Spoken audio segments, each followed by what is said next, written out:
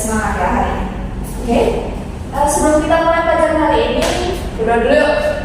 Silakan Bapak semua memimpin doa. Silakan Rahman.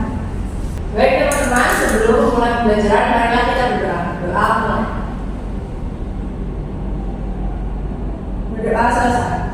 Baik, terima kasih Rahman sudah memimpin doa untuk mengawali pelajaran kita hari ini. Oke, selanjutnya kita cek kehadiran dulu ya. Yaitu ada yang tidak hadir hari ini. Ada Ibu. Semoga ada semua coba ya. Yang pertama ada Rahman. Hadir Ibu. Mahadir.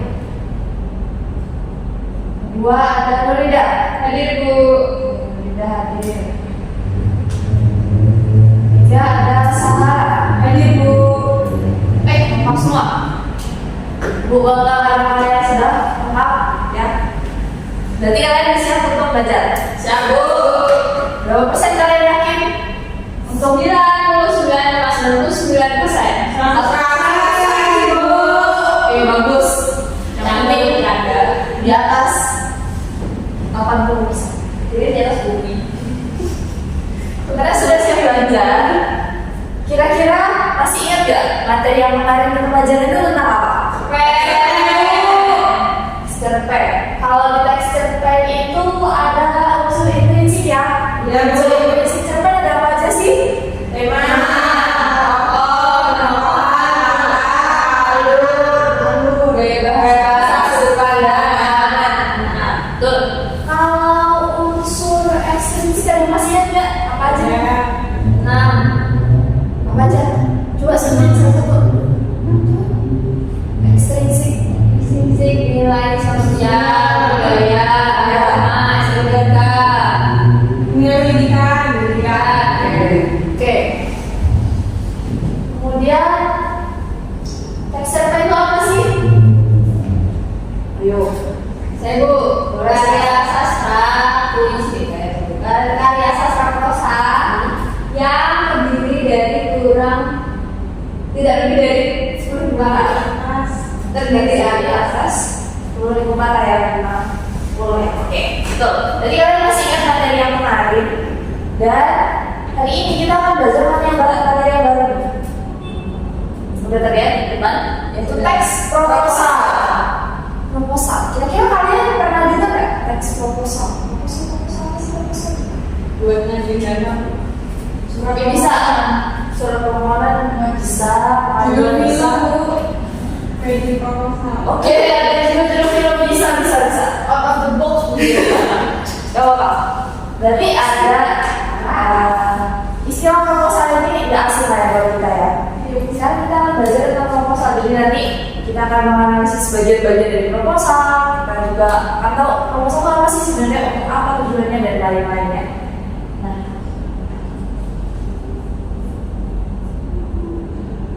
Ini adalah capaian pembelajaran kita hari ini, itu menganalisis tematika, isi dan kebahasaan suatu proposal.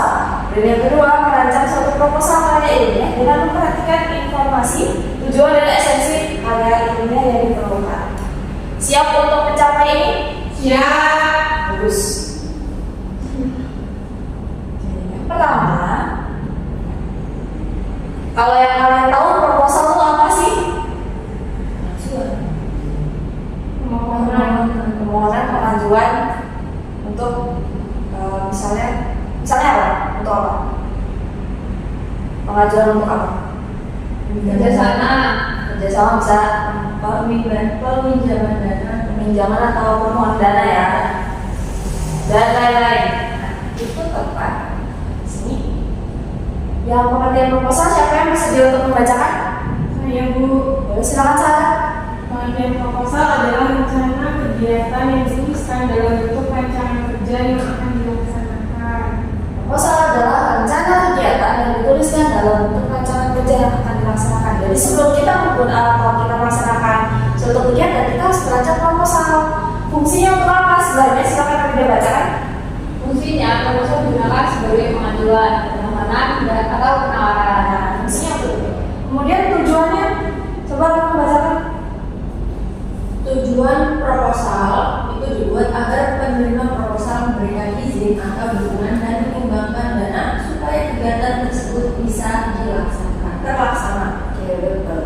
Jadi proposal ini dibuat tadi pertama untuk mengajukan dana ya, mengajukan dana atau memohon dana. Dan itu dilakukan untuk menyukseskan suatu acara atau kegiatan. Kalian ada nggak yang udah pernah membuat proposal? Karena Bu, Proposal apa? kegiatan biasanya tuh kegiatan perlombaan Bu.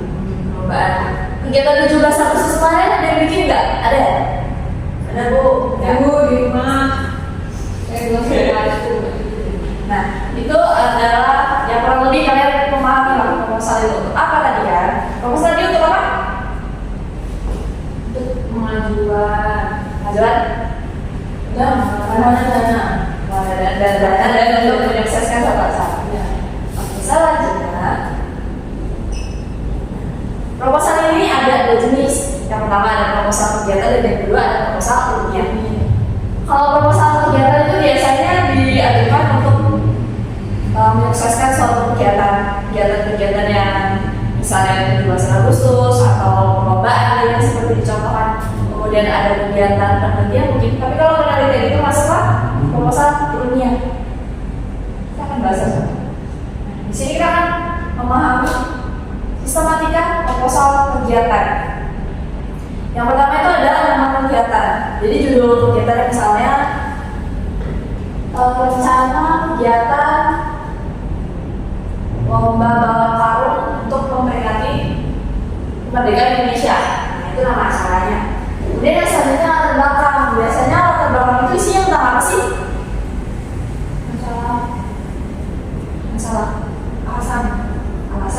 Alasan pentingnya suatu kegiatan itu dibuat ya.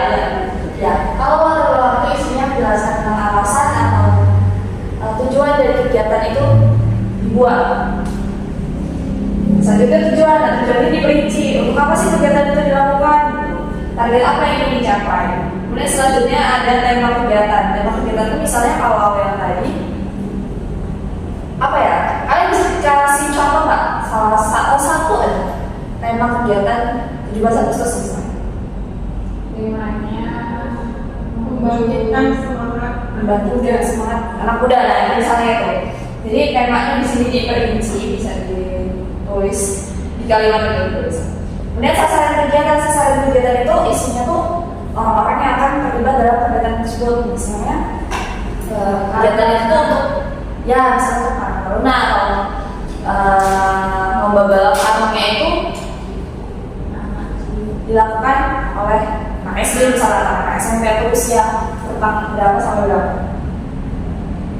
Selanjutnya 4 dari waktu kegiatan. Nah, ini jelas ya, isinya tentang lokasi kegiatan itu dimana, kapan, waktunya, hari kapan. Kemudian selanjutnya kepanitiaan. Nah, pasti dalam suatu kegiatan itu ada namanya panitia. Mulai dari ketua pelaksana sampai ke anggota-anggotanya. Selanjutnya rencana anggaran kegiatan. Rencana anggaran kegiatan itu isi kira-kira tentang apa? Ada tahu ya? Dana yang dibutuhkan, dana yang akan dikeluarkan. Nah itu dirinci secara lengkap, mulai dari pemasukannya, pengeluarannya, kemudian kebutuhan apa yang diperlukan untuk kegiatan tersebut. Selanjutnya dari itu ada penutup. Penutup ini isinya menyatakan harapan agar banyak pihak itu mendukung penyelenggaraan kegiatan itu. Artinya proposal ini bisa disebut persuasif. Persuasif itu apa sih? Ajakan. Ada lagi bisa mempengaruhi. Bahasa yang digunakan itu harus menarik. Ada yang bisa mengulang sistematika proposal kegiatan? banyak Bu. Tadi yang pertama ada Nama kegiatan, kedua tujuan kegiatan, terus tema kegiatan, sasaran kegiatan, tempat dan waktu kegiatan, susunan kegiatan, rincian dana, anggaran dana, rencana anggaran kegiatan. Nah, satu lagi Penutup. Nah, sip. Lulus untuk proposal kegiatan. Sampai sini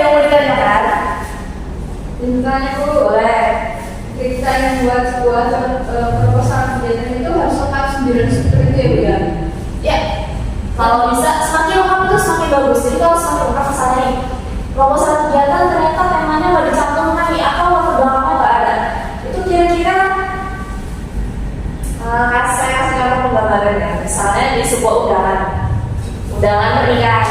Kalau misalnya lengkap dan waktu kegiatannya tidak dicantumkan, kira-kira orang yang diundang itu tahu nggak apa kira-kira kegiatan itu dilaksanakan? Tidak tahu. Nah, itu sama kayak proposal kegiatan ini. Jadi semakin lengkap unsur-unsurnya, maka semakin bagus proposal itu. Artinya dipertimbangkan dengan baik oleh si penerima proposalnya. Termasuk tadi, terutama yang rincian anggaran dana itu ya, kita harus lengkap. Kemudian kayak apa ya, Be?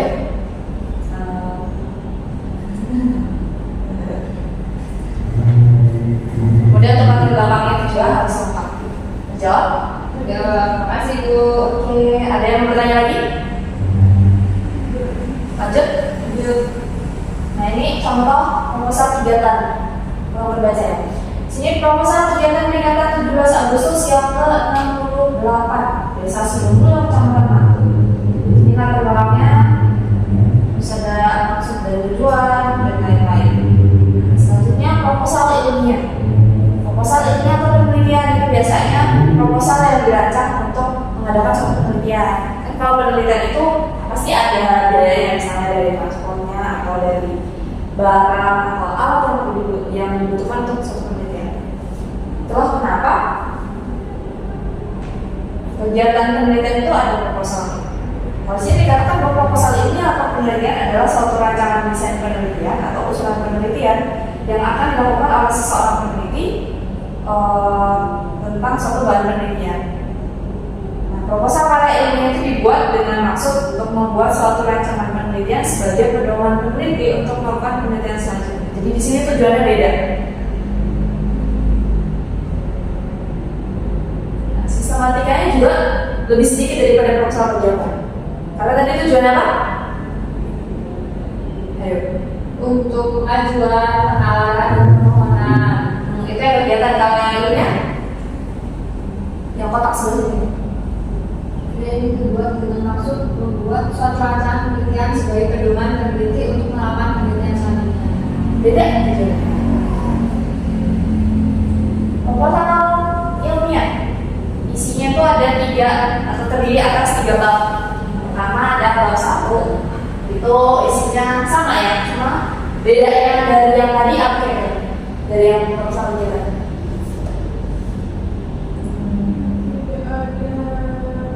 Latar belakang sama. Kalau yang tadi itu tidak ada tulisan masalah Bu, dijawab Mister apa? Juga beda. Kira-kira apa yang pertama deh apa yang beda? Tulisan masalah. Ya, di proposal ilmiah tulisan masalah ada, di proposal kegiatan tidak ada. Selanjutnya Metode penelitian, terus ada teori.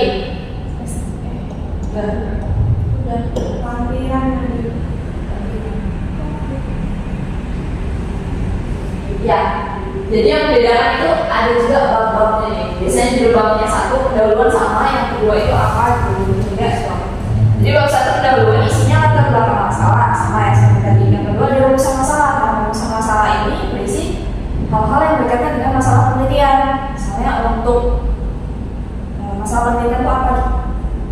Selanjutnya tujuan dan manfaat penelitian. Kemudian ada metode penelitian. Metode penelitian itu hal-hal yang berkaitan dengan bagaimana nanti penelitian itu dilaksanakan. Selanjutnya di bab 2 tujuan pusaka itu ada yang namanya landasan teori. Landasan teori itu berisi teori-teori dasar yang melatari atau yang bisa menjadi fondasi dari penelitian itu. Kemudian yang selanjutnya ada jadwal penelitian. Nah, ini sama seperti tadi pada waktu pelaksanaan kegiatan. Ini sama jadwal penelitian apa.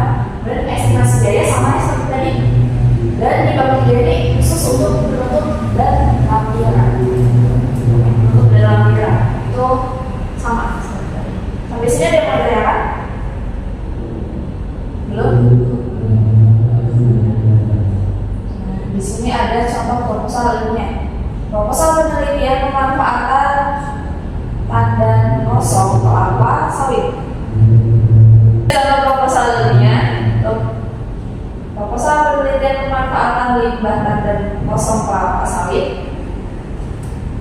sebagai papan partikel.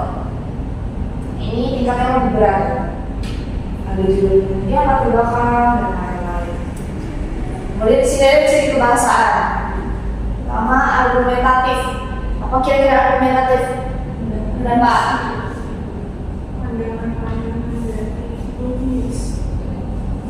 Coba kita searching deh. Kita gunakan jawabannya. Kira-kira yang sifat argumentatif itu apa sih? Yang sudah boleh langsung sebutkan.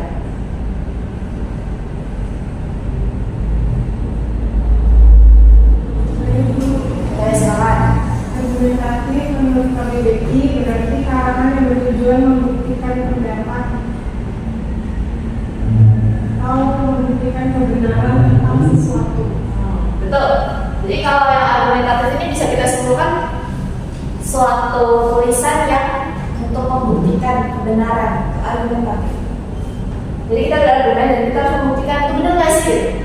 Dan yang kedua ada persuasif. Tadi sudah dibahas apa persuasif itu bahasanya itu sangat mempengaruhi. Sangat kalau dalam iklan itu dia sangat menggoda. Ayo dong beli. Apa ya contohnya kalau kalimat iklan? Ada yang bisa disebutkan? Apapun makanannya, minumnya dan betul. Nah itu bisa, itu kan sangat mempengaruhi, mempersuasi ya. Selanjutnya memuat kata teknis. Kata teknis itu apa sih? Kata teknis. Jadi kalau secara umum kata teknis itu hanya digunakan oleh bidang-bidang khusus. Boleh deh dicari contohnya apa? Soalnya kalau di bidang kesehatan itu mereka menggunakan istilah-istilah yang tidak ada di bidang vaksinasi kan itu misalnya tidak bisa jadi tidak dikenal oleh bidang pengetahuan yang lain kan. Vaksinasi kalau di pendidikan itu mungkin kita bisa mengenal dengan kurikulum gitu ya. Selanjutnya memuat kata kerja atau kalau kata kerja itu sudah apa ya? Selanjutnya memuat kata pendefinisian. Apa itu kata pendefinisian? Adalah Konstruksi-konstruksinya semacam itu. Selanjutnya memuat kata perincian. Betul. Memuat kata keamanan masa depan. Oh, asik ya. Coba deh cari contoh kata keamanan. Biasanya dia struktur kalimatnya itu seperti ya, semoga kegiatan ini ia diharapkan kegiatan ini bla bla bla bla. Aman sampai sini ada yang mau ditanyakan?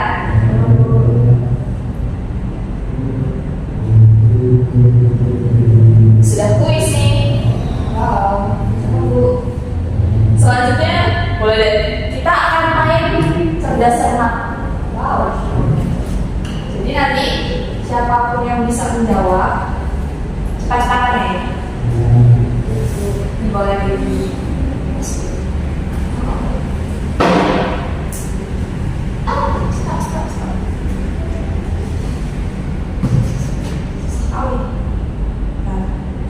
jadi di sini gua akan bacakan soalnya dan pilihan jawabannya.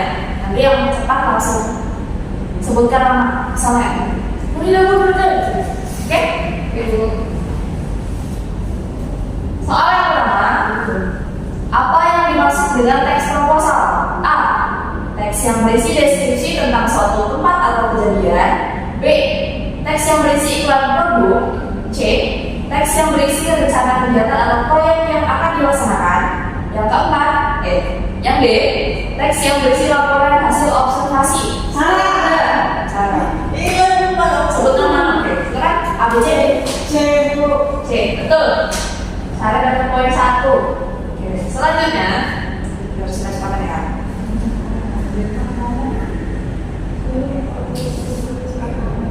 Bagian latar belakang pada proposal berisi titik-titik. A. Kejadian atau kondisi yang melatar belakangi penyusunan proposal. B. Masalah dan tujuan kegiatan. C. Dasar argumentasi. D. Sasaran kegiatan. Salah. A. Sip, betul. 2 poin. Ayo yang lain jangan lawan.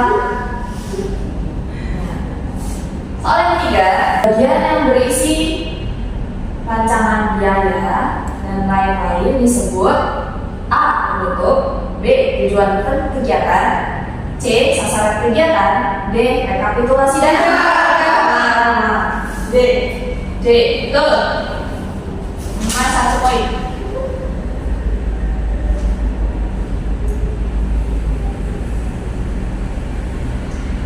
Soal yang keempat, yang termasuk kata teknis bidang pendidikan adalah A. Neraca, B. Verbal, C. Fosil, D. Kurikulum. Salah. D.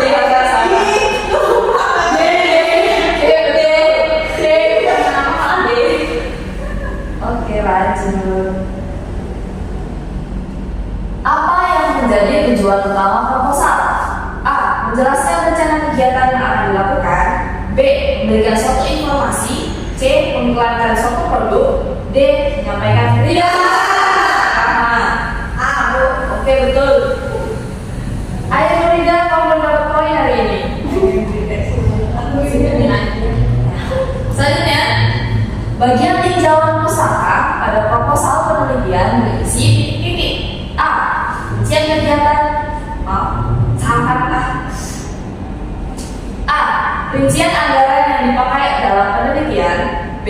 Teori-teori yang dipakai dalam penelitian dan hasil penelitian sebelumnya. C. Metode yang dipakai dalam meneliti. D. Bahan bacaan. Boleh salah dari apa? B.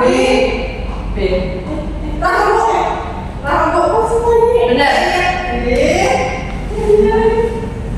Pokoknya aku selesai kok. Gak lagi. Ini mana? Hapus lagi PG-nya.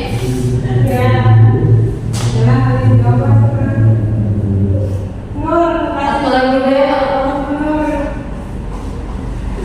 Oh ini ada. Ini soalnya bukan pilihan ganda ya. Soalnya esai tapi satu aja. Sebutkan struktur utama dalam proposal penelitian. Boleh. Dua pustaka, bab 3 sempurna. Oke. Sama 3. Oke. Sudah? Kepala untuk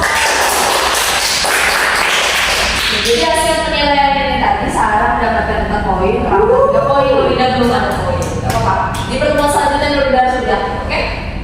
Aku tuh sebenarnya cuma gak emosian aja nih nama-nama saya kan bener. Oke, gak apa-apa. Namanya agak sulit disebutkan. Ya sudah itu saya sudah Aku itu loh. Oke. Pembelajaran kita sudah selesai. Tapi ada yang mau menyampaikan nggak? Kira-kira hari ini tuh sudah belajar apa aja? Saya Bu. Boleh. Jadi kita belajar mengenai teks proposal. Proposal itu dibedakan menjadi 2 jenis, yaitu proposal kegiatan dan proposal ilmiah. Nah, proposal kegiatan itu berisi 9 struktur. Itu yang pertama ada judul kegiatan. Udah nggak usah sebelum sudah. Dan kemudian untuk proposal ilmiah itu dari 3 struktur inti, yaitu bab struktur pendahuluan, pinjam pustaka, dan tertutup. Kalau untuk ciri kebahasaan ada yang masih ingat nggak? Beberapa saja apa yang boleh. Kata teknis, ya, kata persuasi, argumentatif, kata perakanan, kata keakanan, kemudian pendefinisian, oke.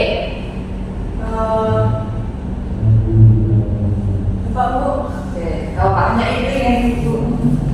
Saya mau berpendapat. Tadi Ibu Nadia ada jenis proposal Bu, Kita jalan. Apa aja? proposal kegiatan, proposal penelitian. Oke, berarti kalian sudah memahami tentang teks proposal. pembelajaran kali ini kita berdoa lagi. Siapa yang bersedia memimpin doa? Aku bawa saja boleh. Jadi sebelum kita akhiri pembelajaran pada hari ini, marilah kita berdoa.